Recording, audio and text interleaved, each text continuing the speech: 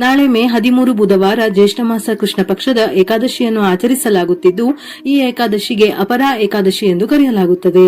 ಏಕಾದಶಿಯ ದಿನ ವಿಷ್ಣು ಸಮೇತ ಲಕ್ಷ್ಮಿಯನ್ನು ಆರಾಧಿಸಿದರೆ ಬಹಳ ಶ್ರೇಷ್ಠ. ಇದರ ಜೊತೆಯಲ್ಲಿ ಅಪರಾ ಏಕಾದಶಿ ಉಪವಾಸದ ವ್ರತವನ್ನು ಆಚರಿಸುವುದರಿಂದ ಅಪಾರವಾದ ಯಶಸ್ಸು, ಸಂಪತ್ತುಗಳು ಲಭಿಸುತ್ತದೆ. ಹಾಗಾಗಿ ಹಣದ ಸಮಸ್ಯೆ ಇರುವವರು ಈ ದಿನ ಅಪರಾ ಏಕಾದಶಿಯನ್ನು ಆಚರಿಸಿದರೆ ಅಂತ್ಯವಿಲ್ಲದ ಸಂಪತ್ತು, ಅಖಂಡ ರಾಜಯೋಗಗಳು ಲಭಿಸುತ್ತದೆ. ಗೋವು ಮತ್ತು ಭೂಮಿಯನ್ನು ದಾನ ಮಾಡುವ ಫಲವು ಅಪರಾ ಏಕಾದಶಿ ಉಪವಾಸಕ್ಕೆ ಸಮಾನವಾಗಿರುತ್ತದೆ. ಎಲ್ಲಾ ಏಕಾದಶಿಗೂ ಅದರದ್ದೇ ಆದ ಮಹತ್ವವಿದೆ. ಅದರಲ್ಲೂ ಜ್ಯೇಷ್ಠ ಮಾಸದ ಅಪರಾ ಏಕಾದಶಿಯು ಅತ್ಯಂತ ಶ್ರೇಷ್ಠವಾಗಿದ್ದು, ಇಷ್ಟು ವರ್ಷ ಅಥವಾ ಇಷ್ಟು ದಿನ ಏಕಾದಶಿ ವ್ರತವನ್ನು ಆಚರಿಸದೇ ಇದ್ದರೂ ಈ ಒಂದು ದಿನ ಉಪವಾಸದ ಸಮೇತ ಏಕಾದಶಿ ವ್ರತವನ್ನು ಆಚರಿಸಿದರೆ ಅಪಾರವಾದ ಯಶಸ್ಸು, ಸಂತೋಷ, ಸಮೃದ್ಧಿ ಮತ್ತು ಧನ ಪ್ರಾಪ್ತಿಯಾಗುತ್ತದೆ. ಏಕಾದಶಿ ತಿಥಿ ಸಮಯ ಮೇ 12 ಮಧ್ಯಾಹ್ನ 2:52 ಪ್ರಾರಂಭವಾಗಿ ಮೇ 13 ಮಧ್ಯಾಹ್ನ 1:29 ಮುಕ್ತಾಯವಾಗುತ್ತದೆ. ಧಾರ್ಮಿಕ ನಂಬಿಕೆಗಳ ಪ್ರಕಾರ ಅಪರಾ ಏಕಾದಶಿ ವ್ರತವನ್ನು ಆಚರಿಸುವುದರಿಂದ ಪಾಪ ವಿಮೋಚನೆ, ಸುಳ್ಳು ಸಾಕ್ಷಿ ನುಡಿಯುವುದು, ಬ್ರಹ್ಮಹತ್ಯೆ ಅಥವಾ ಪರನಿಂದೆಯಂತಹ ಘೋರ ಪಾಪಗಳಿಂದ ಮುಕ್ತಿ ಸಿಗುತ್ತದೆ. ಕೀರ್ತಿ ಮತ್ತು ಸಂಪತ್ತು. ಈ ವ್ರತವನ್ನು ಶ್ರದ್ಧೆಯಿಂದ ಮಾಡಿದವರಿಗೆ ಸಮಾಜದಲ್ಲಿ ಗೌರವ ಮತ್ತು ಆರ್ಥಿಕ ಸುಧಾರಣೆ ಉಂಟಾಗುತ್ತದೆ, ಸಂಪತ್ತು ವೃದ್ಧಿಯಾಗುತ್ತದೆ. ಅಶ್ವಮೇಧ ಯಾಗದ ಪುಣ್ಯ. ಸಾವಿರಾರು ಗೋದಾನ ಅಥವಾ ಅಶ್ವಮೇಧ ಯಾಗ ಮಾಡಿದಾಗ ಸಿಗುವಷ್ಟೇ ಫಲವು ಕೇವಲ ಈ ಒಂದು ಏಕಾದಶಿಯ ಆಚರಣೆಯಿಂದ ಲಭಿಸುತ್ತದೆ. ಎಲ್ಲಾ ಕಾರ್ಯಗಳಲ್ಲಿ ಜಯ ಸಿಗುತ್ತದೆ ಮತ್ತು ಈ ತಿಥಿಯಂದು ಉಪವಾಸ ಮಾಡಿ ಕತೆ ಕೇಳುವುದರಿಂದ 100 ಯಾಗಗಳಿಗೆ ಸಮಾನವಾದ ಪುಣ್ಯ ಫಲ ಸಿಗುತ್ತದೆ. ಈ ಏಕಾದಶಿಯಂದು ವಿಷ್ಣುವಿನ ಶಂಖ, ಚಕ್ರ ಮತ್ತು ಗದೆ ಹಿಡಿದ ರೂಪಗಳನ್ನು ಪೂಜಿಸಲಾಗುತ್ತದೆ. ನೀವು ಅಪರಾ ಏಕಾದಶಿಯಂದು ಉಪವಾಸ ಮಾಡದಿದ್ದರೂ ನೀವು ಈ ಕಥೆಯನ್ನು ಕೇಳಿದರೂ ಅದರ ಫಲ ಪ್ರಾಪ್ತವಾಗುತ್ತದೆ. ಈ ಉಪವಾಸದ ಕಥೆಯನ್ನು ಕೇಳುವುದರಿಂದ ಇಡೀ ಕುಟುಂಬಕ್ಕೆ ಕಲ್ಯಾಣವಾಗುತ್ತದೆ. ಸಕಾರಾತ್ಮಕ ಶಕ್ತಿಯು ಜಾಸ್ತಿಯಾಗಿ ಮನೆಯಲ್ಲಿ ದೈವಿ ಕಳೆ ಪ್ರಭಾವ ಹೆಚ್ಚಾಗುತ್ತದೆ. ಯಾವ ಮನೆಯಲ್ಲಿ ದೈವಿ ಕಳೆ ಇರುತ್ತದೆಯೋ ಅಂತಹ ಮನೆಯಲ್ಲಿ ಭಗವಂತನೇ ನೆಲೆಸಿದ್ದಾನೆಂದು ಅರ್ಥ. ಈ ದಿನ ದಂಪತಿಗಳಿಬ್ಬರು ಏಕಾದಶಿಯ ವ್ರತವನ್ನು ಆಚರಿಸಿ ಅಶ್ವತ್ಥ ಮರದ ಬೇರಿಗೆ ಹಾಲನ್ನು ಅರ್ಪಿಸಿ ಯಾವುದಾದರೂ ಸಿಹಿಯನ್ನು ನೈವೇದ್ಯಕ್ಕೆ ಇಟ್ಟು ಪೂಜೆ ಮಾಡಿ ಪ್ರದಕ್ಷಿಣೆ ಹಾಕಿದರೆ ಯೋಗ್ಯ ಸಂತಾನ ಪ್ರಾಪ್ತಿಯಾಗುತ್ತದೆ. ನಾಳೆ ಬ್ರಹ್ಮ ಮುಹೂರ್ತದಲ್ಲಿ ಎದ್ದು ಸ್ನಾನದ ನೀರಿಗೆ ಲವಂಗ ಅಥವಾ ಅರಿಶಿನವನ್ನು ಸೇರಿಸಿ ಸ್ನಾನ ಮಾಡಬೇಕು. ನಂತರ ನಾಳೆ ತುಪ್ಪ ಅಥವಾ ಸಾಸಿವೆ ಎಣ್ಣೆಯ ದೀಪ ಹಚ್ಚಿದರೆ ಶ್ರೇಷ್ಠ. ನಾಳೆಯ ದಿನ ವಿಷ್ಣು ಸಮೇತ ಲಕ್ಷ್ಮಿಯನ್ನು ಪೂಜಿಸಿದರೆ ಸಾಕ್ಷಾತ್ ಲಕ್ಷ್ಮೀ ನಾರಾಯಣರ ಸಂಪೂರ್ಣ ಅನುಗ್ರಹ ಲಭಿಸುತ್ತದೆ. ನಾಳೆ ದೇವರಿಗೆ ವಿಷ್ಣು ಮತ್ತು ತಾಯಿ ಲಕ್ಷ್ಮೀ ದೇವಿಗೆ ಪೂಜೆಯ ಸಮಯದಲ್ಲಿ ವೀಳ್ಯದೆಲೆ, ಅಡಿಕೆ, ಬಾಳೆಹಣ್ಣು, ತೆಂಗಿನಕಾಯಿ, ಶ್ರೀಗಂಧ, ಅರಿಶಿನ, ಕುಂಕುಮ ಅರ್ಪಿಸಿ. ನಂತರ ನಾಳೆ ಸಂಜೆ ಗೋಧೂಳಿ ಸಮಯದಲ್ಲಿ ಅಥವಾ ಸಂಜೆ 6 ರಿಂದ 7 ಗಂಟೆಯ ಒಳಗೆ ದೇವರಿಗೆ ಅರ್ಪಿಸಿದ ಎಲ್ಲಾ ವಸ್ತುಗಳನ್ನು ಲಕ್ಷ್ಮಿಯ ಪ್ರತಿರೂಪವಾಗಿರುವ ಮುತ್ತೈದೆಯರಿಗೆ ನೀಡಿ ಆಶೀರ್ವಾದ ಪಡೆದುಕೊಂಡರೆ ತುಂಬಾ ಒಳ್ಳೆಯದು. ಪ್ರಾಚೀನ ಕಾಲದಲ್ಲಿ ಮಹಿಧ್ವಜ ಎಂಬ ಧರ್ಮನಿಷ್ಠ ರಾಜನಿದ್ದನು. ಅವನ ಕಿರಿಯ ಸಹೋದರನಾದ ವಜ್ರಧ್ವಜನು ತನ್ನ ಅಣ್ಣನ ಮೇಲೆ ದ್ವೇಷದ ಭಾವನೆ ಹೊಂದಿದ್ದನು. ಅವಕಾಶವಾದಿ ವಜ್ರಧ್ವಜನು ಒಂದು ದಿನ ರಾಜನನ್ನು ಕೊಂದು ಅವನ ದೇಹವನ್ನು ಕಾಡಿನಲ್ಲಿ ಅರಳಿ ಮರದ ಕೆಳಗೆ ಹೂಳಿದನು. ಅಕಾಲಿಕ ಮರಣದಿಂದಾಗಿ ರಾಜನ ಆತ್ಮವು ಅರಳಿ ಮರದ ಮೇಲೆ ಪ್ರೇತವಾಗಿ ವಾಸಿಸಲು ಪ್ರಾರಂಭಿಸಿತು.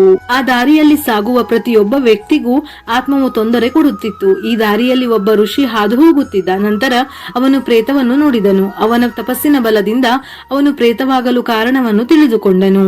ಋಷಿಯು ರಾಜನ ಪ್ರೇತವನ್ನು ಅರಳಿ ಮರದಿಂದ ಕೆಳಗಿಳಿಸಿ ಪರಲೋಕದ ಜ್ಞಾನವನ್ನು ಉಪದೇಶಿಸಿದನು. ದುಷ್ಟಶಕ್ತಿಗಳಿಂದ ರಾಜನನ್ನು ಮುಕ್ತಗೊಳಿಸಲು ಸ್ವತಃ ಋಷಿಯು ಅಪರಾ ಏಕಾದಶಿ ಎಂದು ಉಪವಾಸವನ್ನು ಆಚರಿಸಿದನು. ದ್ವಾದಶಿಯ ದಿನ ವ್ರತ ಮುಗಿದ ಮೇಲೆ ಅದರ ಪುಣ್ಯ ಪ್ರೇತಾತ್ಮನಿಗೆ ದಕ್ಕಿತು. ಉಪವಾಸದ ಪ್ರಭಾವದಿಂದ ರಾಜನ ಆತ್ಮವು ದುಷ್ಟಶಕ್ತಿಗಳಿಂದ ಬಿಡುಗಡೆ ಹೊಂದಿ ಸ್ವರ್ಗವನ್ನು ಸೇರಿತು. ಇದೇ ಅಪರಾ ಏಕಾದಶಿಯ ವ್ರತದ ಕತೆ. ನಾಳೆ ಈ ಕಥೆಯನ್ನು ಓದಿದರೂ ನಿಮಗೆ ಏಕಾದಶಿ ಆಚರಿಸಿದಷ್ಟೇ ಪುಣ್ಯ ಫಲ ಪ್ರಾಪ್ತಿಯಾಗುತ್ತದೆ. ಶ್ರೀಕೃಷ್ಣ ಯುಧಿಷ್ಠಿರನಿಗೆ, ಹೇ ರಾಜ, ಜ್ಯೇಷ್ಠ ಮಾಸದ ಕೃಷ್ಣ ಪಕ್ಷದ ಏಕಾದಶಿಯ ಹೆಸರು ಅಪರಾ ಏಕಾದಶಿ ಎಂದು. ಈ ಏಕಾದಶಿ ವ್ರತ ಆಚರಿಸಿದರೆ ಅಪಾರ ಧನ ಲಭಿಸುವುದು, ಪಾಪಗಳಿಂದ ಮುಕ್ತಿ ಸಿಗುವುದು. ಶ್ರೀಕೃಷ್ಣನು, ಇದನ್ನು ನಾನು ಲೋಕದ ಹಿತಕ್ಕಾಗಿ ಹೇಳುತ್ತಿದ್ದೇನೆ. ಅಪರಾ ಏಕಾದಶಿ ವ್ರತ ಓದುವುದರಿಂದ ಅಥವಾ ಕೇಳುವುದರಿಂದ ಕೂಡ ಪಾಪ ವಿಮೋಚನೆಯಾಗುವುದು ಎಂದು ಹೇಳಿದ್ದಾನಂತೆ. ಇಂದಿನಿಂದ ಸಂಕಲ್ಪ ಪೂರ್ವಕವಾಗಿ ಏಕಾದಶಿ ವ್ರತ ಆಚರಿಸುವೆವು. ಸಂತಾನ ಭಾಗ್ಯ ಕರುಣಿಸೆಂದು ಕೇಳಿಕೊಂಡು ಗೋವಿಂದನಿಗೆ 21 ನಮಸ್ಕಾರ ಸಹಿತ ಪ್ರದಕ್ಷಿಣೆ ಹಾಕಿದರೆ ಸಂತಾನ ಫಲ ಪ್ರಾಪ್ತಿಯಾಗುತ್ತದೆ.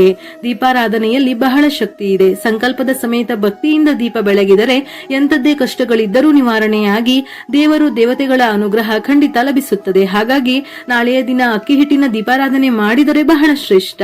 ಅಕ್ಕಿ ಹಿಟ್ಟು, ಹಾಲು ಮತ್ತು ಅರಿಶಿನದಿಂದ ಒಂದು ದೀಪವನ್ನು ತಯಾರಿಸಿ ದೀಪಕ್ಕೆ ತುಪ್ಪ ಅಥವಾ ಎಣ್ಣೆಯನ್ನು ಸೇರಿಸಿ 10 ಬತ್ತಿಗಳಲ್ಲಿ 2 ಬತ್ತಿಗಳಂತೆ ಒಟ್ಟು 5 ಬತ್ತಿಗಳನ್ನು ಬಿಡಿಬಿಡಿಯಾಗಿ ಜೋಡಿಸಿ ನಿಮ್ಮ ಮನಸ್ಸಿನ ಕೋರಿಕೆಯನ್ನು ಸಂಕಲ್ಪದ ಸಮೇತ, ಅಂದರೆ ಒಂದು ವೇಳೆ ಸಂತಾನಕ್ಕಾಗಿ ಆಗಿದ್ದರೆ ಒಳ್ಳೆಯ ಆರೋಗ್ಯವಂತ ಉತ್ತರೋತ್ತರ ಅಭಿವೃದ್ಧಿ ಹೊಂದುವಂತಹ ಪೂರ್ಣ ಆಯುಷ್ಯವುಳ್ಳ ಸಂತಾನವನ್ನು ಕರುಣಿಸು ಎಂದು ಬೇಡಿಕೊಂಡು ದೀಪಾರಾಧನೆ ಮಾಡಿ. ಇದೇ ರೀತಿ ನಿಮ್ಮ ಮನಸ್ಸಿನಲ್ಲಿರುವ ಕೋರಿಕೆಯನ್ನು ಪ್ರಾರ್ಥಿಸಿ ದೀಪಾರಾಧನೆ ಮಾಡಿ. ನಂತರ ದೀಪಾರಾಧನೆ ಮಾಡುವವರು ತಪ್ಪದೆ ಓಂ ನಮೋ ಭಗವತೆ ವಾಸುದೇವಾಯ ಎಂಬ ಮಂತ್ರವನ್ನು 108 ಬಾರಿ ಪಠಿಸಬೇಕು. ಇದರ ಜೊತೆಯಲ್ಲಿ ಈ ದಿನ ವಿಷ್ಣು ಸಹಸ್ರನಾಮ, ಭಗವದ್ಗೀತೆ ಅಥವಾ ವಿಷ್ಣು ಮತ್ತು ಲಕ್ಷ್ಮೀ ದೇವಿಗೆ ಸಂಬಂಧಪಟ್ಟಂತಹ ಮಂತ್ರ ಶ್ಲೋಕಗಳನ್ನು ಪಠಿಸಿದರೆ ಶ್ರೇಷ್ಠ.